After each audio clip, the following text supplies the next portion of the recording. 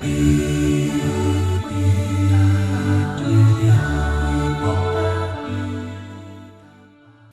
Anta Diop, Nation nègre et culture. Qu'étaient les Égyptiens? Témoignages des écrivains et philosophes anciens et de la Bible, leurs valeurs. Une telle question ne s'est jamais posée pour les contemporains des Égyptiens antiques qui nous ont laissé des témoignages sur eux. Tous ces témoignages oculaires affirment formellement que les Égyptiens étaient des nègres. Hérodote, à plusieurs reprises, insiste sur le caractère nègre des Égyptiens. Il s'en sert même pour faire des démonstrations indirectes, pour prouver que les crues du Nil ne peuvent pas être dues à une fonte des neiges. Il donnera entre autres raisons qu'il croyait valable la suivante, relative au pays de l'Égypte. La troisième vient de ce que la chaleur y rend les hommes noirs. Pour démontrer que l'oracle grec est d'origine égyptienne, Hérodote donnera aussi entre autres arguments. Et lorsqu'il ajoute que cette colombe était noire, il nous donne à entendre que cette femme était égyptienne. Les colombes en question symbolisent deux femmes égyptiennes qui auraient été enlevées de Thèbes pour fonder les oracles de Dodone et de Libye. Pour démontrer que les habitants de la Colchide étaient d'origine égyptienne et qu'il fallait les considérer comme une fraction de l'armée de ces sortrices qui serait installée dans cette région, Hérodote dira: les Égyptiens pensent que ces peuples sont des descendants d'une partie des troupes de ces sortrices. Je le conjoncturerai aussi sur deux indices. Le premier, c'est qu'ils sont noirs et qu'ils ont les cheveux crépus. Enfin, à propos des populations de l'Inde, Hérodote distingue les Indiens padéens d'autres Indiens qu'il décrit de la façon suivante. Ils sont tous de la même couleur et elle approche beaucoup de celle des Éthiopiens, mais noirs comme leur peau et ressemblent à celle des Éthiopiens. Ces sortes d'Indiens sont fort éloignés des Perses. Ils habitent du côté du Midi et n'ont jamais été soumis à Darius. Diodore de Sicile écrit: les Éthiopiens disent que les Égyptiens sont une de leurs colonies qui fut menée en Égypte par Osiris. Ils prétendent même que ce pays n'était au commencement du monde qu'une mer, mais que le Nil, entraînant dans ses crues beaucoup de limons d'Éthiopie, l'avait enfin comblé et en avait fait une partie du continent. Il ajoute que les Égyptiens tiennent d'eux, comme de leurs auteurs et de leurs ancêtres, la plus grande partie de leurs lois. C'est d'eux qu'ils ont appris à honorer les rois comme les dieux et à ensevelir leurs morts avec tant de pompe. La sculpture et l'écriture ont pris naissance sur les Éthiopiens. Les Éthiopiens allèguent encore d'autres preuves de leur ancienneté sur les Égyptiens, mais il est inutile de les rappeler ici.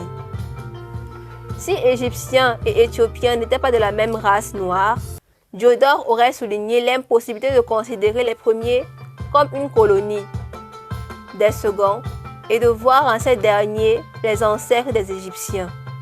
Strabon, dans sa géographie, mentionne l'importance des migrations des peuples dans l'histoire et croyant que le mouvement s'était effectué en sens inverse, remarque: des Égyptiens se sont établis dans l'Éthiopie et dans la Colchide.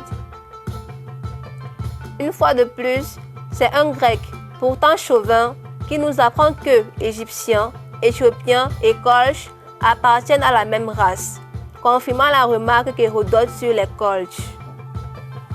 L'opinion de tous les écrivains de l'Antiquité sur la race égyptienne est en quelque sorte résumée par Maspero. Au témoignage presque unanime des histoires anciens, il appartenait à une race africaine, entendez nègre, qui d'abord établie en Éthiopie, sur le Nil moyen, serait descendu graduellement vers la mer en suivant le cours du fleuve. D'autre part, la Bible affirme que Mizraïm, fils de Tcham, frère de Couche l'Éthiopien et de Canaan, vint de la Mésopotamie pour se fixer sur les bords du Nil avec ses enfants. D'après la Bible, l'Égypte était peuplée par la descendance de Cham, ancêtre des nègres.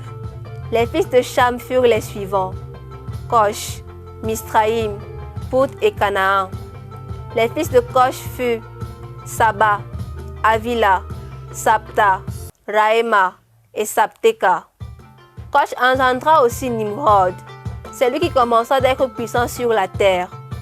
Misraïm engendra les Ludim, les Ananim, les Lehabim, les Naphtuhim, les Patrusim, les Kasluhim. Canaan engendra Sidon, son premier-né, et Heth. Misraïm désigne encore l'Égypte pour les peuples du Proche-Orient. Canaan, toute la côte de Palestine et Phénicien.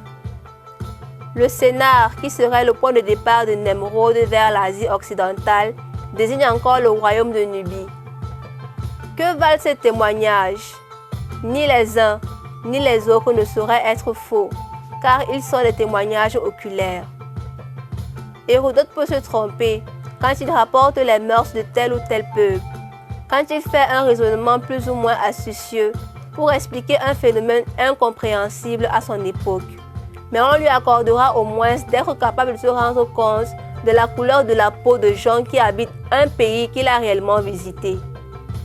Du reste, Hérodote n'a pas été l'historien crédule qui a tout enregistré sans contrôle.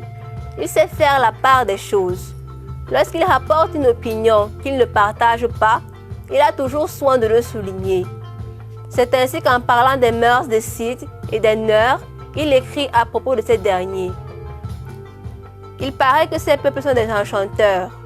En effet, s'il faut en croire les Scythes et les Grecs établis en Scythie, chaque Neur se change une fois par an en loup, pour quelques jours, et reprend ensuite sa première forme.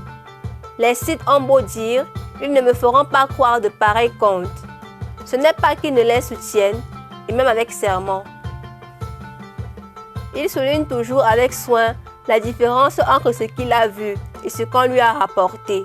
C'est ainsi qu'après sa visite au labyrinthe en Égypte, il écrit « Les appartements en sont doubles. Il y a 1500 sous terre, 1500 au-dessus, 3000 en tout. J'ai visité les appartements d'en haut. Je les ai parcourus. Ainsi j'en parle avec certitude et comme témoin oculaire. Quant aux appartements souterrains, je ne sais pas ce qu'on m'en a dit. Les Égyptiens gouverneurs du labyrinthe ne permirent point qu'on me les montra, parce qu'ils servaient, me dirent-ils, de sépulture aux crocodiles sacrés et aux rois qui ont fait bâtir entièrement cet édifice. Je ne parle donc des logements souterrains que sur le rapport d'autrui. Quant à ceux d'en haut, je les ai vus et les regarde comme ce que les autres ont fait de plus grand. Hérodote était-il un historien dépourvu de logique, incapable de pénétrer les phénomènes complexes? Son explication des crues du Nil témoigne au contraire d'un esprit soucieux de rationalité et cherchant des explications scientifiques pour les phénomènes naturels. C'est ainsi qu'il écrit « Mais si, après avoir rejeté les opinions précédentes, il est nécessaire que je déclare moi-même ce que je pense sur ces choses cachées. Je dirais qu'il me paraît que le Nil grossit en été, parce qu'en hiver, le soleil, chassé de son ancienne route par la rigueur de la saison, parcourt alors la région du ciel qui répond à la partie supérieure de la Libye. Voilà en un peu de mots la raison de cette crue. Car il est probable que plus Dieu tend vers un pays et s'en approche, et plus il le dessèche et en tarit les fleuves.